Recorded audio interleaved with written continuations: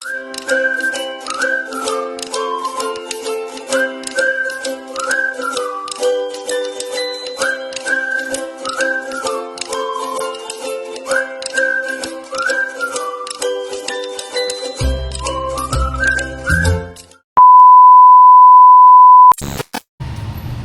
morning mga kakiti.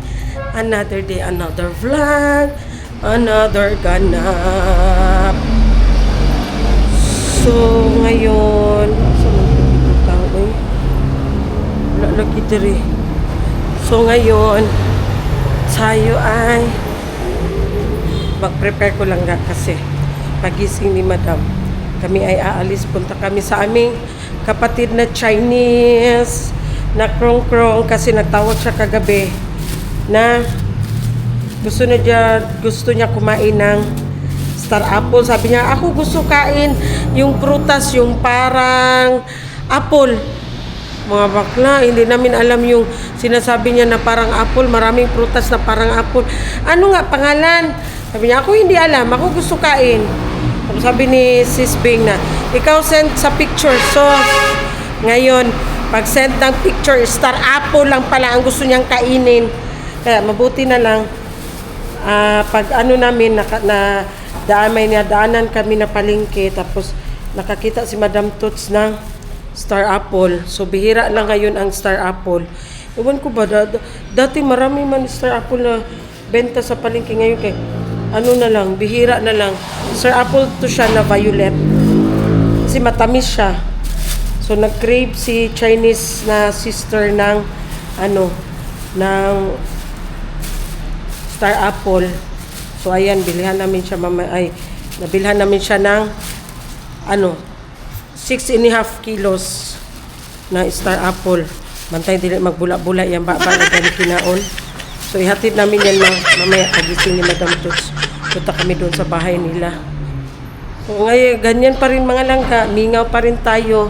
Mingaw pa rin ang bahay kasi walang person na mga maiingay. Si Maday, mamaya pa yun magpunta si Maday kasi magsama din yun si Maday.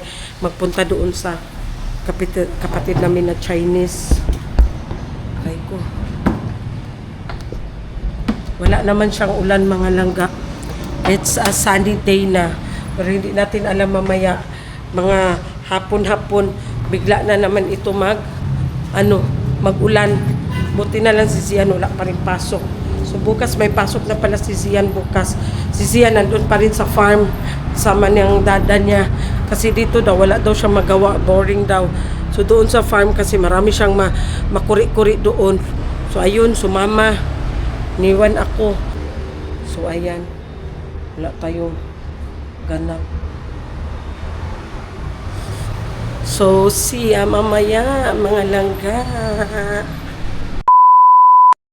Hello mga kakiti. So ngayon dito sila nagmawir.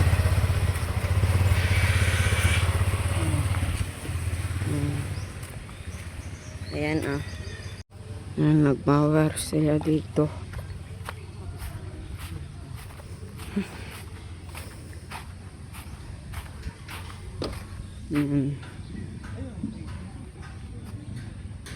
Hindi pa natapos. Ayan, magmower na si Kuya Jerome. Doon siya mag-start. Doon siguro siya nag-end. Magmower na yan siya.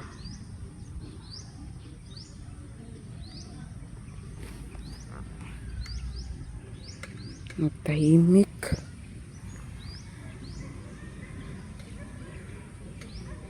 Ayan na. Magpandar na siya. Yan.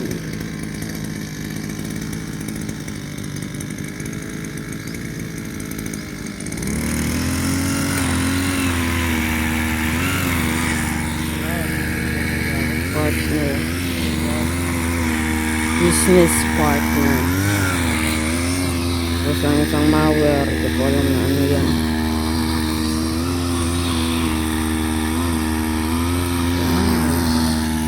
Dito, wala pa sila dito. Dito pa sila. doon. Iyan na ng kukurang doon. Mamaya mag-read tayo dito mamaya pag hindi na mainit.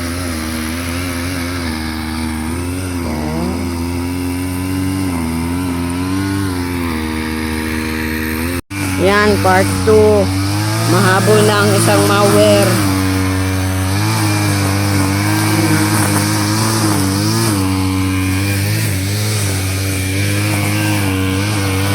Panalo pa rin ang isang malware. Mahabol ang isang malware. Yung isa dun.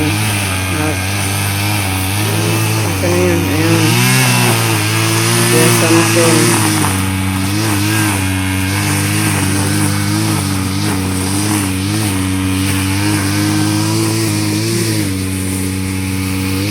Yung isa. Galing yung isa. Ayan. Walang gas yung siguro. Agay! Walang gas yung siguro. A little longer than a few minutes later. Hello mga kakiti! So, ngayon, magpapakain tayo ng isda. So, magtakos muna tayo ng pagkain nila. So, ayan na. Ang ipapakain natin sa mga isda. Isang tabo yan. Nandito tayo. Ay, wow, ang dami na nila. Masaya na yun sila. Makakain lang. Ang mga kangkong na nilagay, andun pa, meron pa. Ang dami. Tapos mamaya, pag busog na to sila, lalabas ang mga malalaki. Wala. Tama na, Adra Joshua. Tringan na po dito. Ayan, ang pagkain nila. Ayan, ang gaganda. Maliliit pa sila dito. Ayan, dami nila dito. Dun sa, wala. Ipat naman tayo dito sa kabila. Ayan. Ang lusog nila. Nagdami na to sila dito. Yan oh.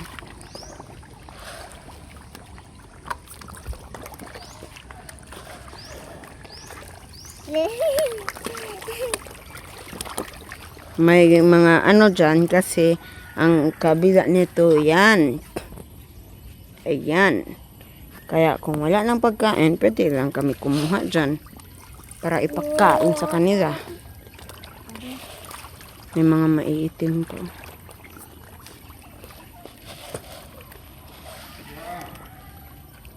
Joshua, tawag ka. Ayan, ang ganda. Pagkain, di pa ubos.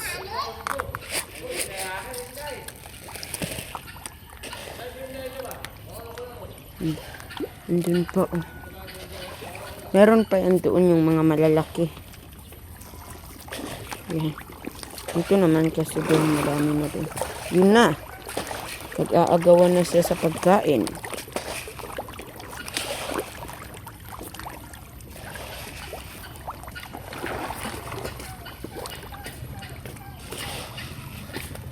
Yan. Agawan na siya sa pagkain. Dami na naman doon. Dito na naman. Dahil wala na dyan. Unti na lang. Kaya ganyan na natin. Yan. Ganyan ko na. Kaya unti na lang. Tapon na natin ito doon. Yan. Yan. Ah. Proof. Nag-aagawan pa sila. Yan. So, may mga late na dumating. Kaya, ayan. Ang dami pa, oh. Dito kasi yan, oh. Yan, kumukuha lang kami dyan. Para stock dyan. Pag wala na silang pagkain, kukuha lang kami.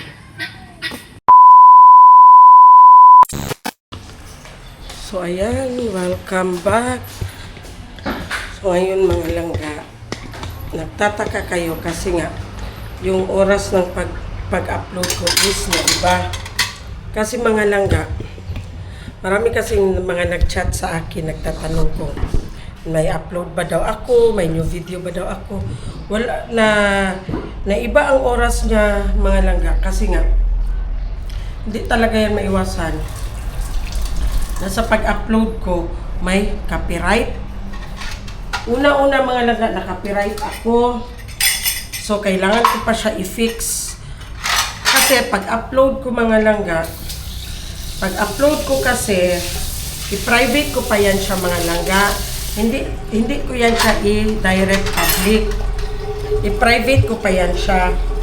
Kasi nga, hindi lang kasi basta-basta upload kay upload ka lang. So, punta ka doon sa YouTube mo, mag-upload ka ng video. Pag-upload ng video mo, gina-check pa yan ni YouTube. Gina-checking pa yan ni YouTube. Siguro mga 15 minutes, gina-check pa yan ni YouTube. Kaya, private ko muna siya. So, after 15 minutes, pag ma-check na yan ni YouTube na wala kang restriction, wala kang copyright, that's the time na i-public ko siya. So, yan na ang time na makikita nyo. So, sa unang upload ko is, ako lang muna at saka si YouTube ang makakita. So, after checking ni YouTube, pag wala akong restriction, wala akong copyright, that's the time na gina-public ko na siya. And then, ginalagay ko kung anong oras, anong petsa, ang public niya sa video na yon. Ganito ang nangyari. Meron akong copyright kasi kahapon man siguro yun. Meron akong copyright. So, ang sa copyright mga meron siyang hindi siya ibig sabihin na once na copyright ka, full video. Hindi siya, meron siyang part na na-copyright ko. Ang tanong, bakit siya copyright? Copyright siya mga kasi may background siya, may sounds background siya na hindi ko pagmamay-ari or yung mga kanta ba na copyright, alam nyo man yan. So, si YouTube kasi kahit sobrang hina ng sounds, basta may ma-detect yan siya na sounds na hindi mo pagmamay-ari, copyright claim talaga yan siya. And then, yung restriction din, na-restrict ako, ewan ko bakit ako na-restrict, pero sa pag-request ko ng upon requesting ko na bakit saan ako na-restrict, bakit ako na-restrict, nakita doon na yung bata, yun kung mga langga, yun kung sa fish pan na yun kung sa fish pan na nagdipat kami ng mga tilapia. Meron kasi doon yung anak ng tarbahante. Sabi niya na, kaya tingnan mo ang bata, hindi ko na isip na yung bata pala is nakahubad. Diyos ko. Walang t-shirt ba? Nagtamak-tamak dito sa putik. Walang ready ka na?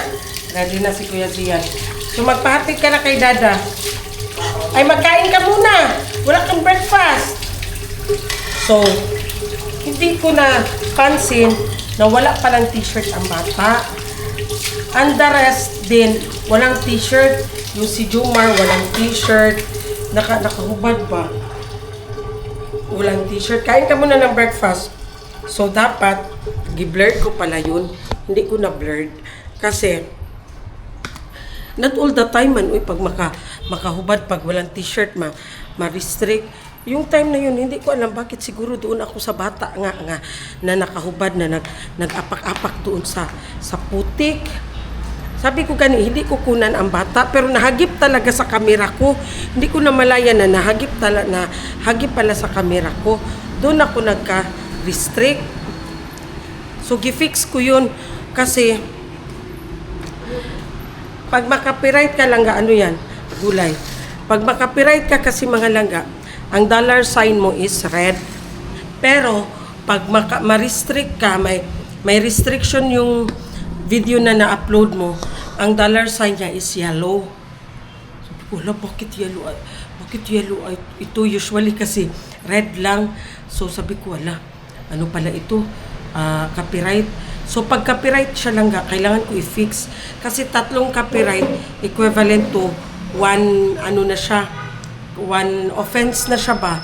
So, 3 offense, automatically, i-delete ni YouTube yung account mo. So, kailangan, ako kasi pag may copyright ako, gina-fix ko kasi agad-agad yan. Pag makita ko na red ang dollar sign, gina-fix ko agad. So, sa pag-fix mga langga, hanapin mo doon kung saan ka banda na copyright. So, pag makita ko na dito banda ako na copyright, oo nga, may sounds nga pala na background na hindi ano, or di kaya, hindi mo talaga maiwasan yan mga langga, especially sa public places na while nagkuha ka ng video, may mga sounds, di ba? Oh, so, pag fix ko na, pag malaman ko saan ako na-copyright, ang pinaka-the best way at saka pinaka-madaling paraan para ma-fix mo is i-mute mo na lang yung sound kung saan ka na-copyright. Para mas madali ba? Kasi kung i-trim mo pa siya, mas mahaba-haba. So ako, ginamute ko na lang kung saan banda ang copyright. So kung mapapansin nyo, minsan may mga video ako na walang sounds, yan siya is copyright. Kaya nga mga laga usually, 'di ba, pag running ako, yun bang walang boses ko, yung walang ano ko ba, yung walang salita ko, sounds lang talaga yung Christian song God. Yan ang mga video is may mga sounds yan na background dito sa public. Kaya ginamute ko yan siya, ginapalitan ko siya ng sounds na walang copyright. Para maintindihan nyo ba, kasi baka may magsabi na, Madam Love, Kitty Love, bakit gina-backgroundan mo ng sounds? Kasi nga mga langga, iwas ako sa copyright. Yun na. And then doon naman tayo sa restriction. Sa restriction kasi mga langga, pwede mo rin siya ma-request kung para malaman mo kung saan ka banda na restrict. So yun na nga, nahagip talaga ng camera ko. Pero nasa isip ko yun mga langga na hindi ko talaga kunan kasi bata yun eh. Pero hindi ko pala namalayan mga langga, nahagip ko talaga ang bata na nagaano siya doon tapos walang t-shirt. Siguro hindi yun dahil kay kasi that time si Jomar hindi din naka-t-shirt at siya kasi si Kuya Iboy hindi din naka-t-shirt sila. So doon talaga nahagip ko ang bata na nakuha talaga siya sa camera na walang t-shirt tapos nag-apak-apak siya doon sa putik. So gi-ano ko siya, gi-settle ko siya, naghingi ako ng request, nag-request na naman ako tapos hindi mo ba after sa request lang hindi mo agad-agad yan makuha ang request mo. It takes 12 hours, it takes 24 hours. Ganyan siya. Akala nyo upload ka lang, ano ko lang no mga langga, uy, mahirap din ba yan mga langga no, kasi sa pagkuha mo pa lang ng video while having video, ang utak mo ba nagatakbo na, naga-work na siya kasi ano ang i-title ko nito. So kailangan syempre dapat ang title niya fit talaga doon sa video mo. Lisod po mag-title ka na wala palang kinalaman sa video mo, di ba? So sa ganun pa lang hindi na siya madali mag-vlog mga langga. So, first, mag-isip ka kung ano yung content mo today. Second, mag-isip ka while nagakuha ka ng video, isipin mo na kung ano yung i-title mo. Third, isipin mo na kung ano yung i-thumbnail mo. Fourth, sa pag-upload mo, sa pag-edit mo pa lang, isipin mo na, make it sure na wala kang mga bad words or wala kang mga matatalas na kagaya ng mga kutsilyo, yung mga wala kang maipakita sa video ba. Tapos na ako kasi na nag-video din ako na yung akala ko kasi Hindi kasi siya parehas mga langga. Kasi that time, nakapag-video ako, yung lechon na nakahiga na siya, ganun na siya ba? So, hindi ako na restrict that time. Pero nung time na nag-video din ako doon sa Marahan kami na nagkuha ako ng video na ang lechon, nakalagay na siya sa lechon tray ba. Tapos nag-chop si Kuya Iboy. That time mga laga na-restrict din ako. Sabi ko, bakit hindi ka parehas, no? Sabi ko, bakit ako na-restrict? Kasi doon pala ako banda na-restrict sa pag-chop ni Kuya Iboy.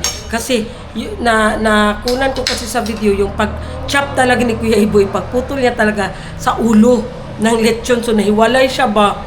Doon pala ako na-restrict. So, isipin mo yun, yung mga sa pag-edit mo, mag-isip ka pa. Then, pagkatapos mo mag-edit, yun na nga, i-check mo muna kung wala kang restriction, wala kang copyright. So, pag wala yan siya lahat, pag ma-perfect mo yung 5 na wala ka, pwede mo na yan siya i-public mga langga. Kaya, that's the time na makikita nyo na. So, diba? Dili lang ingon, na, sabi nila, madali lang man yan mag-vlog kasi pila lang pagkuha ng video, pila lang pagkuha. Hindi mga langga, magsakit din ang ulo mo mga langga. O, kaya ang iba, akala nila, wow, madali lang masyado mag-vlog. Okay, mag-vlogger ako. Pero sa totoo lang mga langga, masakit din ang ulo mo. Tapos yung iba mga mag-bash pa. Hindi basta-basta hindi din madali ang maging vlogger mga langga kasi marami kang iniisip ba. Tapos speaking of copyright, pwede ko yan siya ma-public, pwede nyo yan siya mapanood. Kaso lang ang earnings is wala siyang kasiguraduhan. Tapos pag ma-restrict ka, pwede ko rin yan ma-public, pwede nyo mapanood. Kaso pag hindi ko ma-fix yan, meron na akong isang parang kanang isang puntos sa paglabag ng mga patakaran ni YouTube. So, tatlong puntos niyan, pag hindi mo para rin yan siya ma-fix, so pwede niya anytime i-delete ang account mo. Kaya, Diyos ko, sakit po sa ulo mga langga. Sa pag-ano mo pa lang ba, sa pag-isip mo pa lang na, bukas ano na naman kaya ang magiging content ko. Okay lang sana kung always kami nag-aalis kasi marami akong ma-content. Pero pag halimbawa nasa bahay lang kami, syempre, pag nasa bahay lang, wala kang ibang ginagawa kundi paggising mo, syempre magkape, tapos mag-breakfast, hugas plato, maglinis dito konti, kung ano yung pwede mo magawa. Syempre, halimbawa, 3 days ka na sa bahay, 3 days din ganyan. So, hindi kaya kayo magsawa kung ganyan ang content ko. O, diba? Kasi para din mag-advance din ako mag-isip ba. Halimbawa, ngayon, ganito na ang content ko, nasa bahay ako. Tapos, bukas mag-upload pa rin ako nasa bahay pa rin ako. Ang isip ko kasi nyo baka hindi na sila manood ba kasi parati na lang ganito, parati na lang daily routine ko. So, mag-isip din ako. So, mahirap din mga langga, mahirap din. Pero hindi ko pa na-try na hindi ako nakapag-upload sa isang araw. Kailangan makapag-upload talaga ako sa isang araw. Kaya mahirap din mga langga, mag-isip. Sakit ang ulo mo. Ganun. So marami din ang nag-message sa akin, Love, wala ka pang upload for today. Kasi gaya ng sinasabi ko, nasanay nga kayo na mag-upload ako ng 12:15 in the morning. Tapos kahapon nakapag-upload na ako ng 9:00 ng umaga kasi nga meron pa akong gina-fix. Tapos ngayong araw na ito, o diba, ngayong araw na ito, English at saka Tagalog. Today, hindi pa talaga ako nakapag-upload kasi may hinihintay pa ako ng approval. So hopefully matanggap ko na yung approval na yun para makapag-upload ako. So, ayan. That's all for today. Thank you so much for watching. Maraming salamat po sa inyong mga support ng mga langga. Kahit ganito lang ang content ko, at least may nanonood pa rin at saka meron pa rin hindi nag-skip ng ads. Kaya, thank you so much.